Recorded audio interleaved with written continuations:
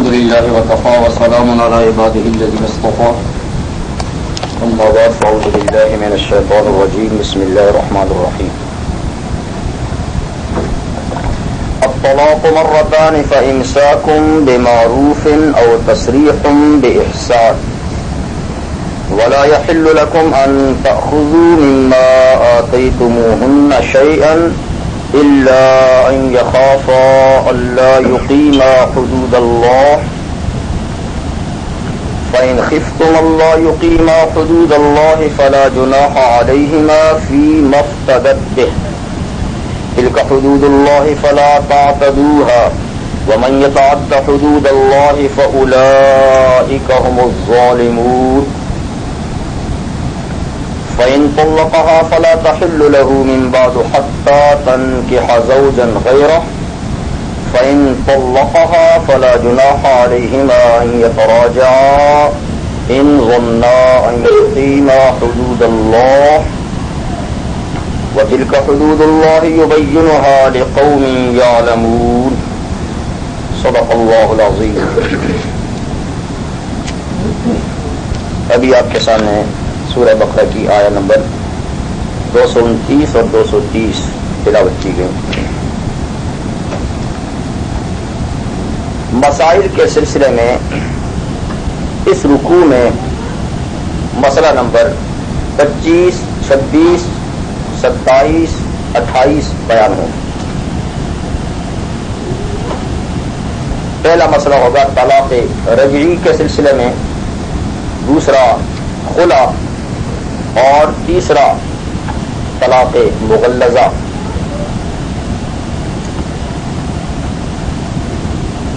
لیکن اس سے پہلے میں نے عرض کیا تھا کہ حقوق زوجین کے سلسلے میں تھوڑی سی بات کروں گا.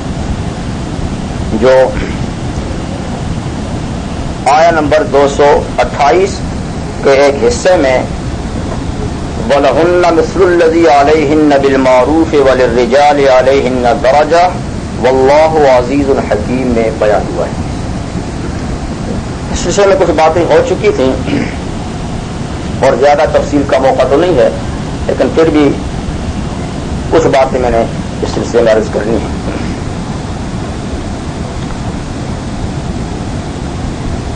یہاں آیہ کریمہ میں بتایا گیا ہے کہ عورتوں کے بھی ایسے ہی حقوق ہیں جیسے ان پر مردوں کے حقوق ہیں. تو حقوق میں دونوں مساوی ہیں, لیکن حقوق کی تفصیلات اپنی اپنی ہیں. اور پھر ساتھ یہ فرمائے کہ وَلِلرِّجَالِ عَلَيْهِنَّ دَرَجَةٌ, مردوں کا ایک اضافی درجہ ہے عورتوں پر. اس درجے کی تشریح 5ویں پارے میں آئے گی اور اس اضافی درجے کی وجہ بھی بیان کی جائے گی. یہاں اتنی بات یاد رکھیے کہ اسلام سے پہلے دور جاہلیت میں صنف نازک کے ساتھ انتہائی بدسلوکی کی جاتی تھی, یہاں تک کہ بعض ادوار میں اسے انسانی صنف بھی نہیں سمجھا جاتا تھا اور مرد کو ہر طرح کا اختیار عورت پہ ہوا کرتا تھا. آج روشن زمانہ کہلاتا ہے, لیکن میں سمجھتا ہوں کہ عورتوں کے ساتھ آج بھی اسی قسم کے مظالم ہو رہے ہیں جس طریقے سے اس دور میں ہوتے ہیں, بلکہ بعض اعتبارات سے اس سے بھی کہیں زیادہ خطرناک صورتحال ہے. یا تو اس کا کوئی حق ہی نہ تھا اور یا پھر ایسی آزادی دے دی کہ جو اس کی شایان شان نہیں ہے. یعنی دونوں ادوار, آج کا دور اور اسلام سے پہلے کا دور, یہ صنف نازک کے حق میں اسلامی تعلیمات اور قوانین کو چھوڑ کر انتہائی ستم ظریفی کا دور ہے. اسلام نے انتہائی مناسب انداز سے اور اعتدال سے اس مسئلے کو حل کیا ہے. پہلی بات تو یہ کہ دور جاہلیت کی طرح یہ نہیں کہا کہ وہ سرے سے انسانیت کے دائرے سے ہی باہر، بلکہ وہ باقاعدہ نوع انسانی کی ایک معزز اور محترم قسم ہے، ایک خاص صنف۔ قرآن حکیم میں ارشاد ہے یا ایھا الناس اتقوا ربکم الذی خلقکم من نفس واحدۃ وخلق منها زوجها وبث منهما رجالا کثیرا ونساء۔ اس اللہ سے ڈرو جس نے تمہیں ایک جان سے پیدا کیا، اس سے بیوی پیدا کی، اور میاں بیوی کے ملاپ سے پھر بہت انسان مرد و زن دنیا میں پھیلا دیے۔ تو مردوں کی طرح عورتیں بھی باقاعدہ صنف انسانی نوع کی ایک صنف، جسے صنف نازک کہتے ہیں، اور اس کے مقابلے میں مرد صنف کرخت ہے۔ دوسری بات یہ ہے کہ اجتماعی زندگی کا باقاعدہ وہ ایک حصہ ہے، اجتماعی زندگی کا ایک حصہ مرد ہے تو ایک مستقل حصہ خاتون ہے۔ دونوں کی مساعی سے زندگی کی گاڑی چلتی ہے اور زندگی میں تابلاکی پیدا ہوتی ہے۔ اگر ان دونوں میں سے ایک بھی اپنے فرائض سے تغافل برتے تو زندگی کرکری ہو جائے گی۔ پھر حق تعالی شانہ نے انسان کی ان دونوں قسموں کی کچھ تو ایسے فرائض مقرر کیے ہیں جو اس کے ساتھ مخصوص ہیں، اور دوسری صنف اگر چاہے بھی تو ان کو ادا نہیں کر سکتی۔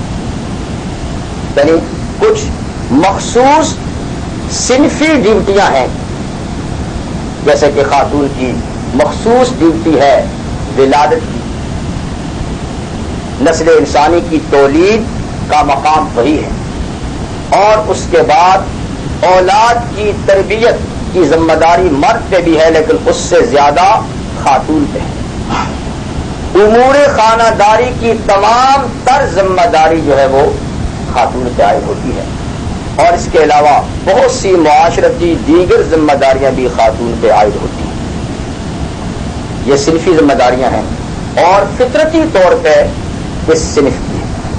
اگر مرد چاہے بھی تو یہ ذمہ داریاں نہیں پوری کر سکتا اور نہیں ادا کر سکتا۔ اس کے مقابلے میں مرد کی الگ ذمہ داریاں ہیں کہ وہ گھر کے معاملات کا نگران اعلیٰ ہے، اور وہ گھر کے تمام افراد کی اخلاقی اور تعلیمی اور تربیتی ذمہ داریوں کا ذمہ دار ہے، اور گھر والوں کی حفاظت اور اس کی دیگر حوائجات کا پورا کرنے کا ذمہ دار اللہ تعالیٰ نے مرد کو ٹھہرایا ہے، تو ان کی طرف سے دفاع اور ان کی دیگر تمام ذمہ داریوں کی کفالت کرنے والا۔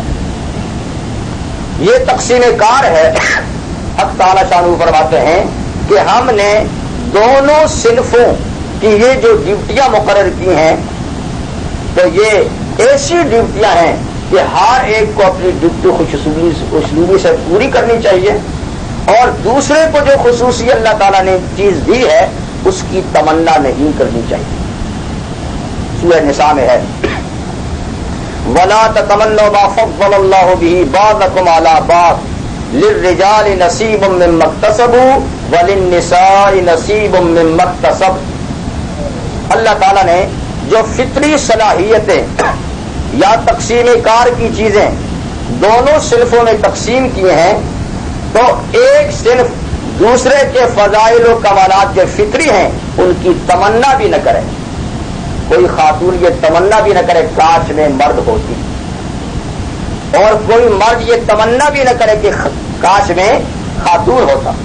یہ اللہ کی تقسیم ہے، اور اس تقسیم کے مطابق جب وہ دونوں عمل کرتے ہیں تو انسان کی زندگی خوشگوار ہوتی ہے، اور جب وہ اس میں بے اعتدالی کرتے ہیں تو زندگی ڈاواں ڈول ہو جاتی ہے۔ باقی بات کہ یہ ذمہ داریاں جو زندگی سے متعلق تقسیم ہیں یہ انتظامی چیزیں ہیں دنیا کی زندگی کے ساتھ، آخرت کے ساتھ ان کا تعلق نہیں ہے۔ اخروی زندگی کے جس قدر اعمال ہیں اس میں مرد اور عورت دونوں مساوی ہیں۔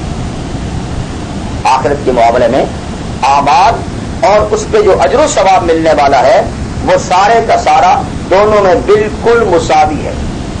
یعنی جتنی نیکیوں کا ثواب مرد حاصل کر سکتا ہے اتنی ہی نیکیوں کا ثواب اس کام پر، اس نیکی پر خاتون کو بھی ملے گا، اور جس طرح نیکیوں کے درجات آخرت میں مردوں کو ملیں گے اسی طریقے سے نیکیوں پر خواتین کو بھی ملیں گے۔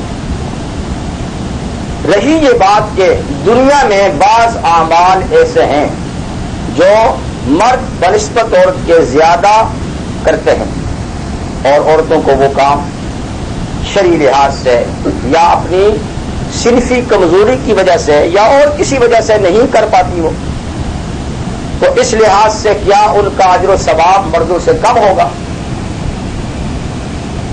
تو اس سوال کا جواب پیغمبر کریم صلی اللہ علیہ وسلم کی خدمت میں ایک خاتون نے پیش کیا تھا۔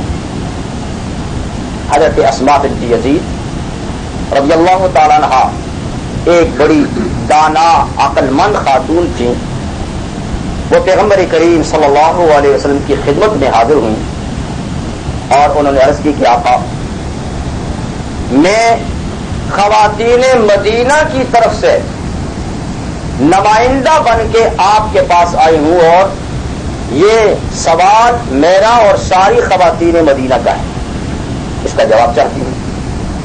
بلکہ دیکھا جائے تو صرف خواتین مدینہ ہی نہیں، ان کا یہ سوال امت مسلمہ کی تمام خواتین کی طرف سے۔ تو سوال یہ ہے کہ ہم گھروں میں رہنے والیاں ہیں، گھروں میں پابند ہوتی ہیں، بچوں کی تربیت کرتی ہیں، اور گھر کے مشاغل میں مصروف ہونے کی وجہ سے بہت سے وہ کام نہیں کر پاتی، یا شرعاً کرنے کی ہمیں اجازت نہیں جو مرد کر پاتے ہیں۔ مثال کے طور پہ جماعت کی نمازیں ہیں، جنازوں میں شرکت ہے، میت کی تدفین ہے، اور بے شمار اجتماعی کام ہیں، جیسے جہاد میں جانا ہے۔ تو یہ سارے کام یا تو ہم گھریلو مجبوریوں کی وجہ سے اور یا شرعی پابندیوں کی وجہ سے نہیں کر پاتی، تو کیا اجر و ثواب کے معاملے میں ہمیں صرف اتنے ہی کاموں کا ثواب ملے گا جو ہم کرتی ہیں، یا کچھ اس میں اضافہ ہوگا؟ انہوں نے نہایت شاندار الفاظ میں اپنا موقف بیان کیا۔ پیغمبر کریم صلی اللہ علیہ وسلم ان کے اس بیان اور تقریر سے بہت متاثر ہوئے، اور آپ نے صحابہ کرام سے فرمایا کہ تم نے اتنی زیادہ عقیلہ اور فہیمہ خاتون کا بیان کبھی سنا ہے؟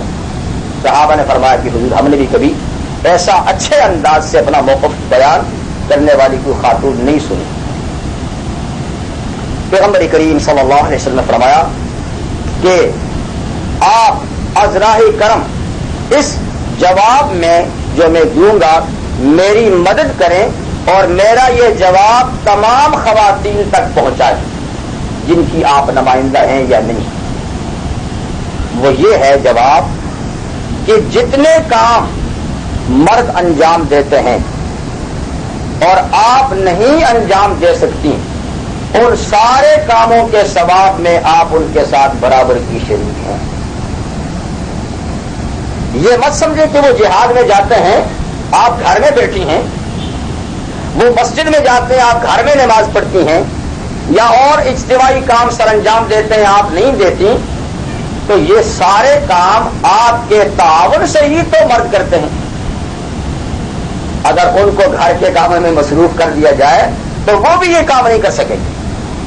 آپ کا تعاون شامل حال نہ ہو تو مرد بھی یہ ڈیوٹیاں انجام نہیں دے سکتے۔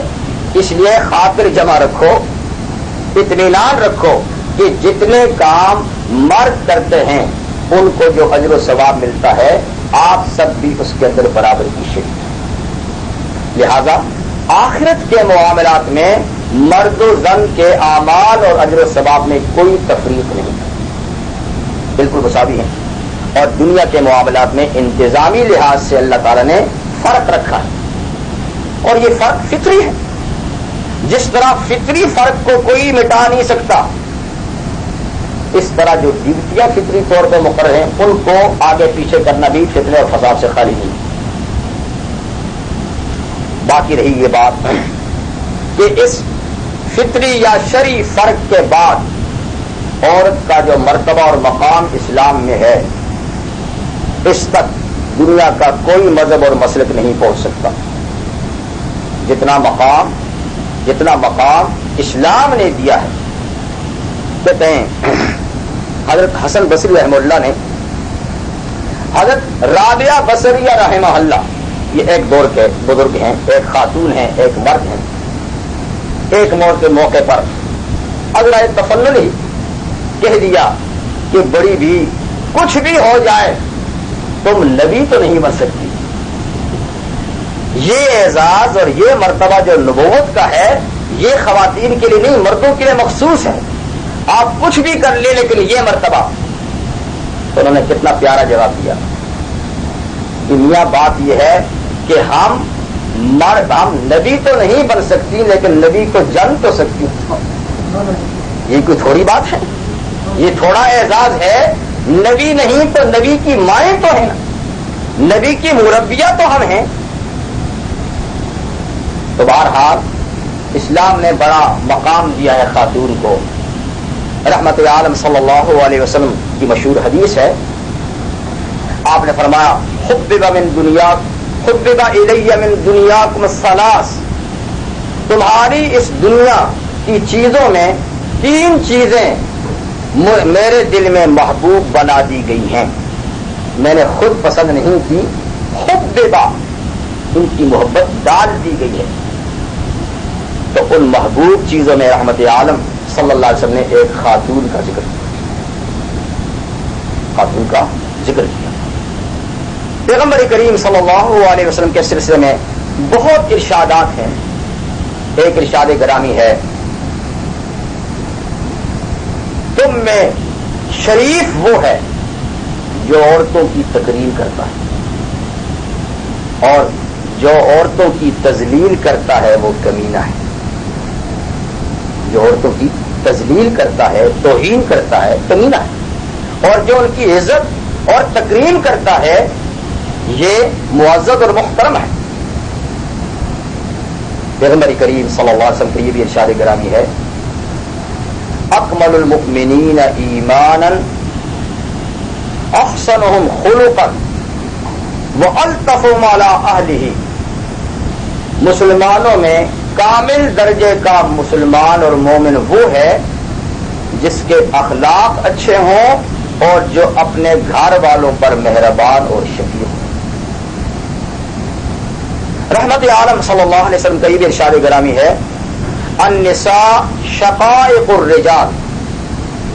عورتیں قوانین میں، ضوابط میں، حقوق میں مردوں کے ساتھ مساوی ہیں. یہ نہیں کہ ان کا کوئی حق نہیں ہے، ان کا کوئی قانون نہیں. اور آپ نے ارشاد فرمایا خیرکم خیرکم لأہلہ وانا خیرکم لأہلی. تم میں سے بہتر شخص وہ ہے جس کا رویہ اپنے اہل خانہ کے ساتھ اچھا ہو. اور سنو، میرا اپنا رویہ میرے اہل خانہ کے ساتھ بہت اچھا ہے،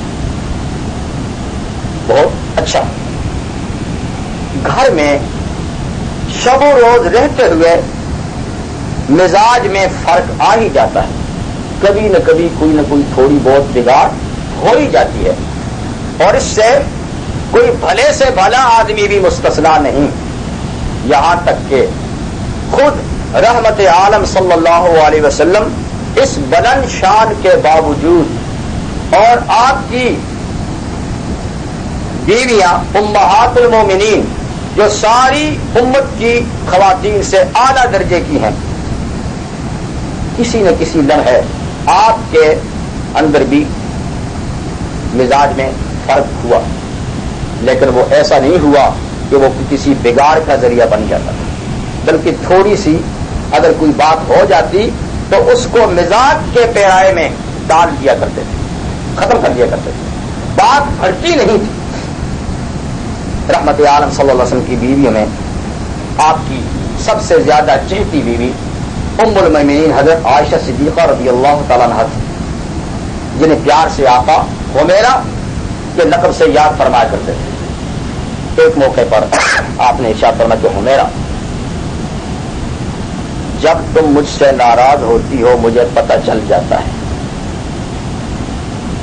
انہوں نے تعجب سے عرض کیا کہ یہ کیسے؟ یعنی میں نے کبھی اپنی ناگواری اور ناراضگی کا اظہار ہی نہیں کیا آپ کے ساتھ، تو آپ کو پھر کیسے پتہ چلتا ہے؟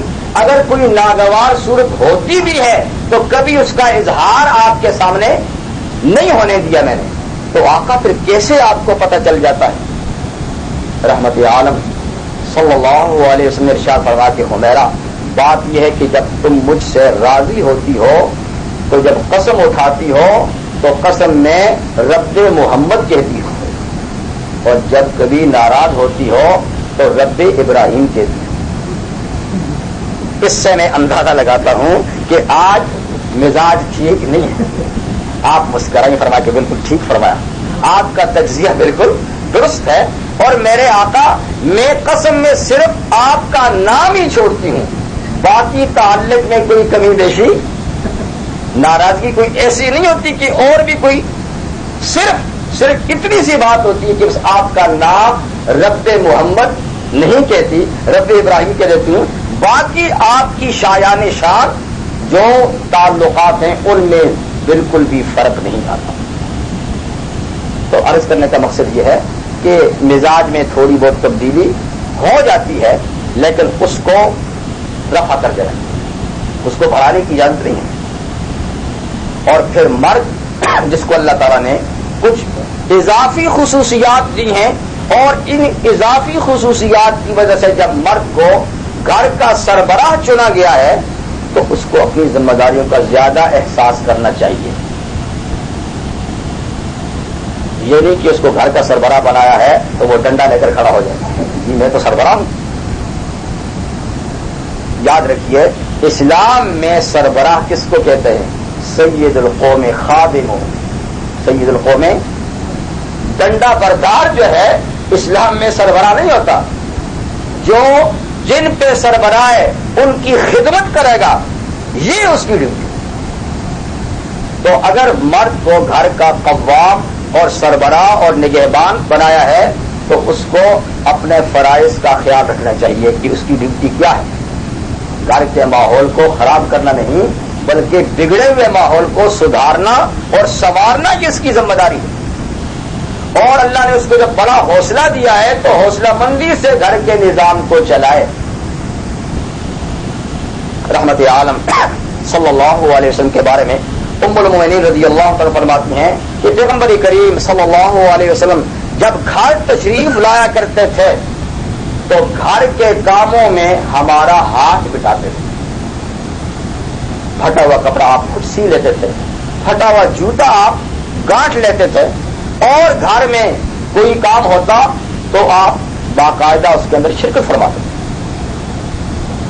تو گھر کے معاملے میں بھی اور گھر سے باہر بھی پیغمبر کریم صلی اللہ علیہ وسلم کا معاملہ اصحاب کے ساتھ رضوان اللہ تعالی علیہ مجمعین ایسا ہی رہا کہ قافلے میں جاتے گھل مل کر قافلہ ٹھہرتا، کام میں باقاعدہ آپ شریک ہوتے، اور عملی طور پہ آپ نے بتایا کہ سید القوم خادم۔ تو مرد کو اگر گھر کی سرداری کا شرف دیا گیا ہے تو اس کا مطلب یہ ہے کہ وہ گھر والوں کے کام کاج میں ان کا ہاتھ بٹائے اور ان کے ساتھ نرم رویہ رکھے، اس طرح خوشگوار زندگی پیدا ہوتی ہے۔ تو خیر یہ تھوڑی سی باتیں اجرائے نصیحت ہی میں نے ذکر کر دی، باتیں تو کافی ساری ہیں لیکن ہمیں بھی آگے آیات کا ترجمہ اور تشریح کرنی ہے۔ الطلاق مرتان فامساک بمعروف او تسریح باحسان۔ پہلا مسئلہ ہے طلاق رجعی کے بارے میں۔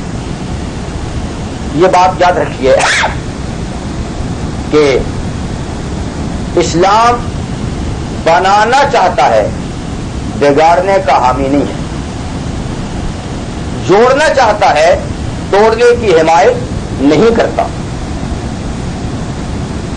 اور توڑ پیدا کرنا یہ نہ تو معاشرتی زندگی میں اچھی چیز ہے اور نہ ہی اللہ تعالی کی عنایات ایسے لوگوں پر متوجہ ہوتی ہیں جو توڑ پیدا کرتے ہیں۔ جڑنے والے اور جوڑنے والوں پہ اللہ تعالیٰ کی توجہ ہوتی ہے۔ تو نکاح ایک جوڑ پیدا کرتا ہے، نہ صرف دو فردوں میں بلکہ دو فیملیوں میں، بلکہ آگے بڑھیں تو دو خاندانوں میں دو آدمیوں کے ملاپ سے ملاپ اور جوڑ پیدا ہوتا ہے، دو کی الفت سے خاندان آپس میں جڑ جاتے ہیں، اور دو کے ٹوٹنے سے فیملیاں اور خاندان آپس میں بکھر جاتے ہیں، نہ صرف بکھرتے ہیں بلکہ عداوتیں اور دشمنیاں جنم لیتی ہیں۔ اس لیے جتنا جوڑ ہو اتنا ہی اللہ تعالیٰ کو وہ لوگ محبوب اور پسند ہوتے ہیں، توڑنے والے قطعاً پسند نہیں ہوتے۔ نکاح کا رشتہ بڑا محبتوں کا، چاہتوں کا اور لگاؤ کا رشتہ ہوتا ہے۔ جب یہ قائم ہونے لگتا ہے تو آپ جانتے ہیں کہ کتنے تعلقات خوشگوار ہوتے ہیں خاندانوں میں اور گھروں میں۔ تحائف کا تبادلہ ہوتا ہے، آنا جانا شروع ہو جاتا ہے، اور چہروں پہ مسکراہٹیں پھیلنی شروع ہو جاتی ہیں۔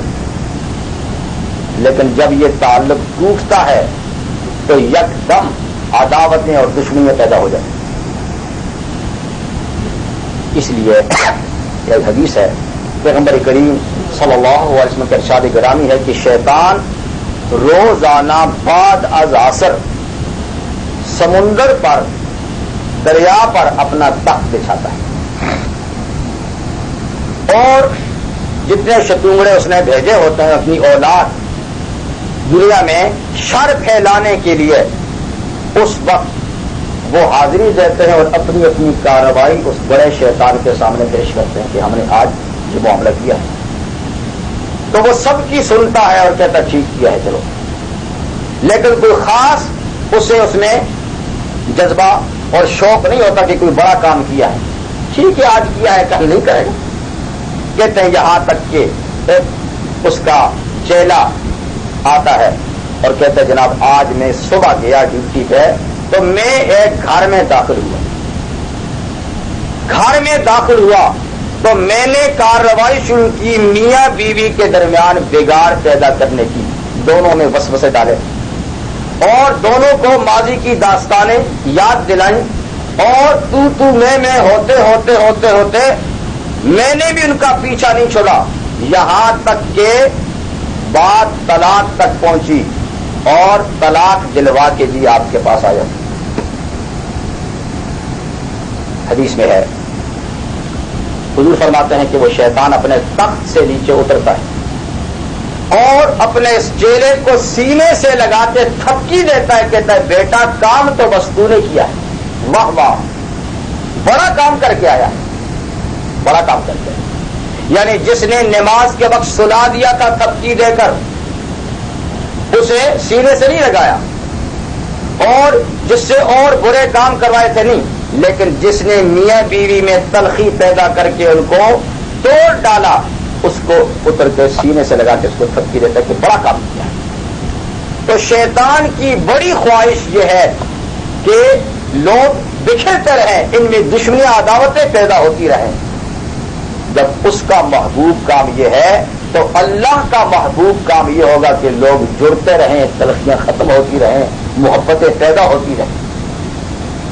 تو اس لیے نکاح سے، تعلقات سے اللہ اور رسول خوش ہوتے ہیں، اور ان کے ٹوٹنے سے ناراض۔ نکاح ایک معاملہ ہے، جیسے اور معاملات ہیں، بنتے بھی ہیں بگڑتے بھی ہیں، لیکن نکاح میں ایک خاص بات یہ ہے کہ اس میں معاملے کے ساتھ ساتھ دینی پہلو بھی ہے، عبادت کا پہلو بھی ہے۔ یہ خالص معاملہ ہی نہیں کہ دوستی ہوئی اور ٹوٹ گئی، یا لین دین ہوا اور ختم ہو گیا، بلکہ اس میں مذہبی پہلو، دینی پہلو بھی ہے۔ پیغمبر کریم صلی اللہ علیہ وسلم کے ارشاد النکاح من سنتی، یہ نکاح یہ میری سنت ہے، بلکہ نکاح من سنن الانبیاء، تمام انبیاء کرام کی سنت ہے، بجز ایک نبی کے جو مستثنیٰ حضرت یحییٰ علیہ السلام، جن کا کہ سیدم و حصورم و نبی من الصالحین، یہ ان کی ایک خاص خصوصیت ہے۔ اور حضرت عیسیٰ علیہ السلام آسمانوں پہ چلے گئے شادی سے پہلے لیکن حدیث میں جب دوبارہ تشریف لائیں گے تو باقاعدہ رشتہ ازدواج سے منسلک ہوں گے اور ان کی اولاد بھی ہوگی. تو اس طرح حضرت یحییٰ علیہ السلام کو مستثنا کرتے ہوئے تمام انبیاء کرام کی بھی یہ سنت ہے اور ہمارے آقا صلی اللہ علیہ وسلم کی بھی یہ سنت ہے. اس لیے اس میں دینی پہلو ہے اور اللہ تعالیٰ اس رشتے اور اس تعلق سے خوش ہوتے ہیں، اس کا توڑنا پسند نہیں کرتے. لیکن کبھی ایسی صورت بھی پیدا ہو جاتی ہے کہ مزاج میں توافق پیدا ہوتا ہی نہیں، کبھی ایسا ہو جاتا ہے اور زندگی میاں بیوی دونوں کی تلخ ہونے لگتی ہے، اور جو نکاح سے مقصد ہے خوشگوار زندگی، محبت و بھری زندگی، وہ نہیں پیدا ہو سکتی. دونوں کے مزاج اس طرح ہو جاتا ہے. تو اگر شریعت ان کو مجبور کرے کہ جیسا تیسا کر کے زندگی یوں ہی گزارو گے تو یہ ایک تو انسانی آزادی کے خلاف ہے اور دوسرا مقصد نکاح کے بھی خلاف ہے.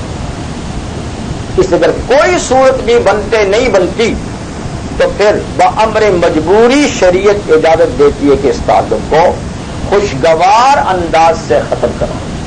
جیسے خوشگوار طریقے سے قائم کیا تھا اب خوشگوار طریقے سے اس کو ختم کر دو، لیکن دیگر معاملات کی طرح سے اس کے ختم کرنے کی اجازت ہی نہیں کہ ابھی معاملہ ختم کر دیا اور چلے گئے، بلکہ جیسے اس معاملے کے قائم ہونے میں ایک ترتیب تھی ایسے اس کے ختم کرنے کے لیے بھی ایک خاص ترتیب ہے کہ اس کے مطابق پھر اس کو آپ نے ختم کرنا ہوگا.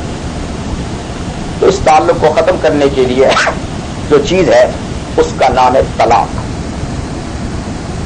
جس کے بارے میں پیغمبر کریم صلی اللہ علیہ وسلم کے ارشاد ہے ان ابغض الحلال الی اللہ الطلاق، حلال اور جائز چیزوں میں سب سے زیادہ ناپسندیدہ چیز اللہ کے نزدیک طلاق ہے.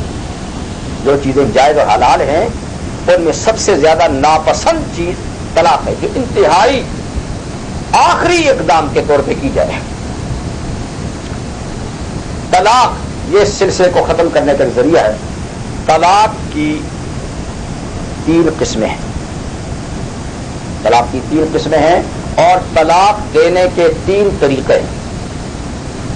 طلاق کی 3 قسمیں یہ ہیں، ایک ہے طلاق رجعی، ایک ہے بائن اور ایک ہے مغلظہ. طلاق رجعی وہ ہوتی ہے کہ طلاق دینے کے بعد عدت کے دوران مرد کو یہ اختیار رہتا ہے کہ وہ پھر رجوع کر لے. ابھی سلسلہ منقطع نہیں ہوا، مصالحت اگر ہو سکتی ہے تو وہ رجوع کر لے، وہ بیوی سے کہہ دے یا کسی 1-2 آدمیوں سے کہہ دے کہ میں نے اپنی طلاق سے رجوع کر لیا، تو بس نکاح پھر بدستور قائم رہے گا. یا عملی طور پہ میاں بیوی والا کوئی معاملہ کر لیا، کچھ زبان سے نہیں کہا تو بھی رجوع ہو گیا. رجوع کا یہ حق طلاق رجعی میں ہے. اور طلاق رجعی کیا ہے کہ آدمی نے 1 مرتبہ یا 2 مرتبہ طلاق دی ہو، 1 مرتبہ یا 2 مرتبہ طلاق دی ہو تو رجوع کا حق ہے. تیسری مرتبہ کی طلاق میں تو رجوع کا حق نہیں. تو ایک بات تو یوں ہی کہ طلاق رجعی میں رجوع کا حق رہتا ہے دوران عدت، جو مختلف عورتوں کی مختلف عدت ہوتی ہیں، یا مہینوں سے ہوتی ہے یا حیض سے ہوتی ہے. اگر دوران عدت طلاق رجعی میں رجوع نہ کیا تو عدت ختم ہونے کے بعد تعلق ذرا مزید کٹ جاتا ہے. لیکن اب اس میں یہ گنجائش ہے کہ بغیر شرعی حلالے کے تجدید نکاح سے اس کو واپس لا سکتا ہے. اب اتنا کرنا ہوگا کہ نئے سرے سے نکاح کر کے لا سکتا ہے. لیکن اس میں اب عورت کی مرضی ہے کہ اس کے ساتھ بسنا چاہتی ہے یا نہیں. لیکن طلاق رجعی میں عورت کی رضا کی کوئی بات نہیں ہے، وہ ابھی معاملہ مرد کے ہاتھ میں ہے، وہ چاہے تو وہ ان کے نہ چاہتے ہوئے بھی رجوع کر سکتا ہے. لیکن جب تجدید نکاح کی بات ہوگی تو پھر اس کی رضامندی شرط ہوگی. طلاق بائن ہوتی ہے وہ طلاق جس میں صراحتاً طلاق کے لفظ استعمال نہیں کیے جاتے یا اس کا ٹھیک ٹھیک ہم معنی لفظ استعمال نہیں کیا جاتا بلکہ گول مول لفظ بولا جاتا ہے. تو گول مول لفظ بولنے سے اگر طلاق کی نیت ہو تو ایک طلاق پڑ جاتی ہے, اس کو کہتے ہیں طلاق بائن. مثال کے طور پہ مرد عورت سے کہتا ہے کہ مجھ سے پردہ کر, مجھ سے پردہ کر, تو اس کے دو معنی ہو سکتے ہیں کہ میں ابھی تجھے نہیں دیکھنا چاہتا, تو الگ ہو جا. ایک اس کا یہ مطلب بھی ہے کہ میں نے تجھے چھوڑ دیا ہے, تو اجنبی ہو چکی ہے, میں تجھ سے اجنبی ہو چکا ہوں, لہذا تو پردے میں چلی جا, میرا تیرا کوئی رشتہ نہیں. تو ایسا لفظ بول کر یا یوں کہتا کہ میں کے چلی جا, یعنی ماں باپ کے گھر چلی جا, تو اس میں بھی دو مفہوم ہو سکتے ہیں کہ میں تجھے نہیں رکھتا, تجھے طلاق دی ہے, ماں باپ کے گھر چلی جا. یہ بھی کہہ سکتا ہے کہ کچھ دنوں کے لیے چلی جا, ہمارے تعلقات ٹھیک نہیں. تو اس قسم کے الفاظ میں اگر مرد طلاق کی نیت کرے گا تو طلاق ہوگی, اور نیت نہ کی تو طلاق نہ ہوگی. اور نیت طلاق کی تو ایک دفعہ کے لفظ بولنے سے ایک طلاق بائن واقعہ ہوگی, رجی نہیں, اس کے بعد رجوع نہیں کر سکتا. اب یہ کر سکتا ہے کہ دوران عدت یا عدت کے بعد تجدید نکاح کر سکتا ہے, اور اس میں بھی حلالہ شرعی کی کوئی ضرورت نہیں ہے. تیسری چیز ہے طلاق مغلظہ, سخت قسم کی طلاق, یعنی 3 طلاق. اگر مرد نے عورت کو 3 طلاقیں دے دیں صریح الفاظ میں یا کنائے کے الفاظ میں, لیکن 3 دفعہ بولا اور ہر دفعہ پہ طلاق کی نیت کی, تو 3 طلاقیں واقع ہو جائیں گی. ان کے واقع ہونے کے بعد اب واپسی کی بغیر شرعی حلالے کے گنجائش نہیں رہتی. یہ تو 3 طلاقیں ہوگی. اور ان کا حکم, طلاق دینے کے جو طریقے ہیں, ایک طریقے کو فقہاء نے کہا ہے احسن, ایک طریقے کو کہا ہے حسن, اور ایک طریقے کو کہا ہے بدعت. تو ایک طلاق احسن طریقہ, ایک حسن, ایک بدعی یا بدعت. اگر بامر مجبوری بات نہیں بنتی اور معاملہ طلاق تک پہنچ چکا ہے تو اس میں اچھا طریقہ یہ ہے, احسن اچھا طریقہ یہ ہے کہ جب خاتون اپنی منتھلی پیریڈ سے فارغ ہو جائے تو ہم بستری سے پہلے, وظیفہ زوجیت سے پہلے اس کو صرف ایک طلاق دیں, انت طالق, آپ کو طلاق, ایک طلاق دیں اور آپ چھوڑ دیں. جب 3 پیریڈ گزریں گے تو از خود سلسلہ ختم ہو جائے گا اور وہ بائن ہو جائے گی. یہی سب سے اچھا طریقہ ہے کہ ایک سے آگے قدم نہ بڑھائیں, اس لیے کہ اس میں ابھی گنجائش رہے گی کہ ہو سکتا ہے 3 مہینوں کے اندر اندر مصالحت ہو جائے, ناراضگی ختم ہو جائے, بات پھر بن سکتی ہے. اور اگر بات نہ بھی بنی, 3 مہینے گزر گئے, 3 مہینے کے بعد بھی اگر مصالحت ہوگی تو کم از کم نئے نکاح سے پھر آ سکتی. تو یہ بہت اچھا طریقہ ہے کہ جس میں مصالحت کے لیے بڑا وقت بھی ہے اور بڑی گنجائش بھی ہے.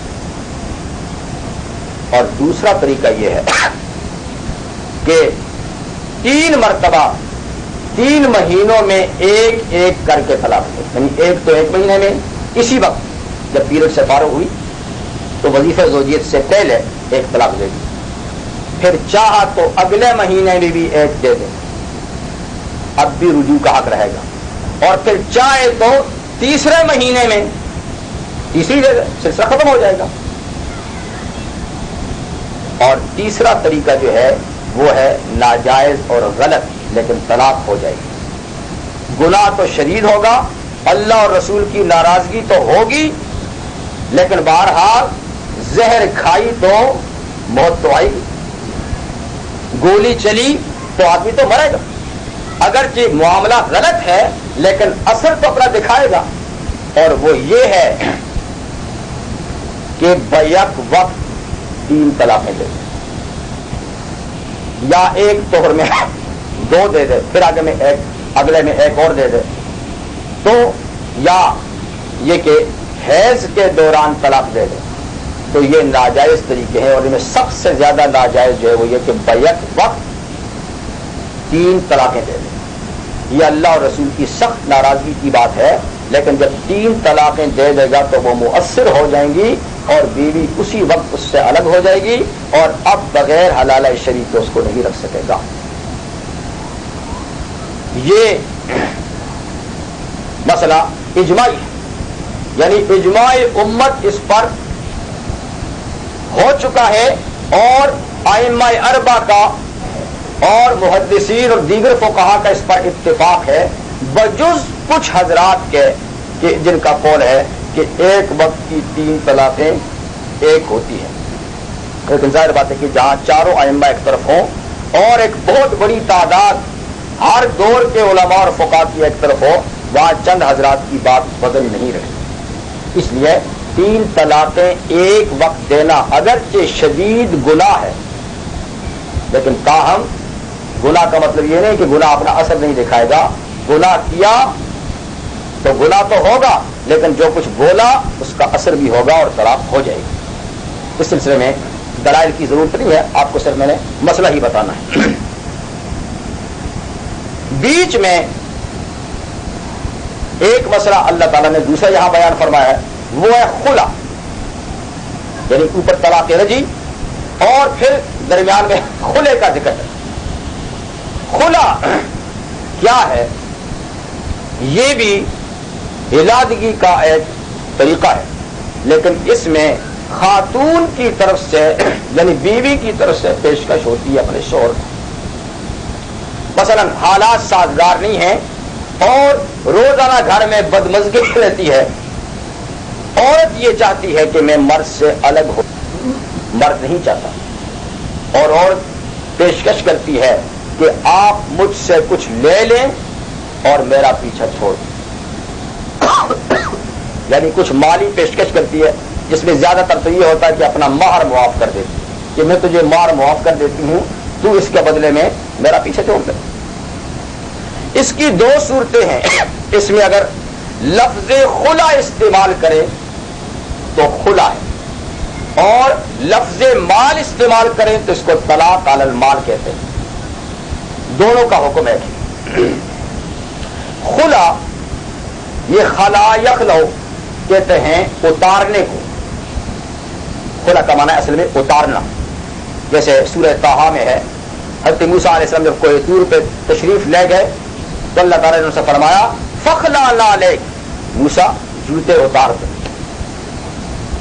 اس طریقے کو خلا کیوں کہتے ہیں؟ کہتے ہیں اس لیے کہ ابھی چند رکوع پہلے آپ نے یہ سنا تھا کہ اللہ تعالیٰ نے میاں بیوی کے قریب ترین تعلقات کو ایک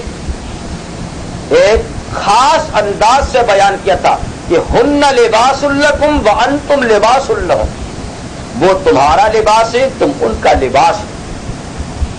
تو اس قریبی تعلق کو اللہ تعالیٰ نے لباس قرار دیا تھا، جو تم دونوں ایک دوسرے کے لباس ہو۔ اب جب یہ تعلق ٹوٹ رہا ہے تو خلا کا معنی ہے اتارنا، جیسا کہ اب یہ لباس اتر رہا ہے۔ اس لیے اگر خاتون یہ کہے کہ میں اپنا مہر تمہیں معاف کرتی ہوں، تم اس کے میرے مہر کے بدلے میں مجھ سے خلا کر لو، مرد کہے کہ میں نے منظور کیا تو خلا ہو جاتا ہے، عورت کے ذمہ وہ مہر چھوڑنا ہوتا ہے۔ یا عورت کہتی ہے کہ آپ مجھ سے اتنا مال لے لیں اور اس کے بدلے میں مجھے طلاق دے دیں، مرد اس کو منظور کر دیتا ہے تو مال عورت کے ذمہ لازم ہو جائے گا اور عورت کو طلاق ہو جائے گی۔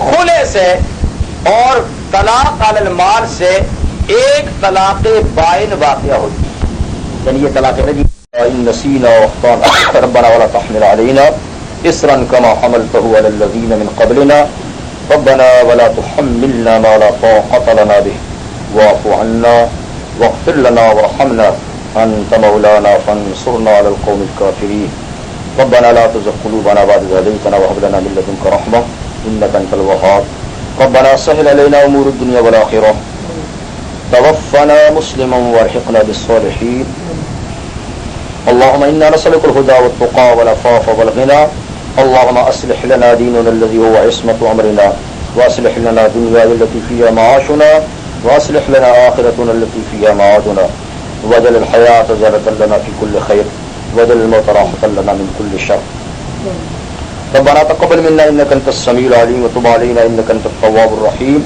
سبحان ربك رب العزة عما يصفون وسلام على المرسلين والحمد لله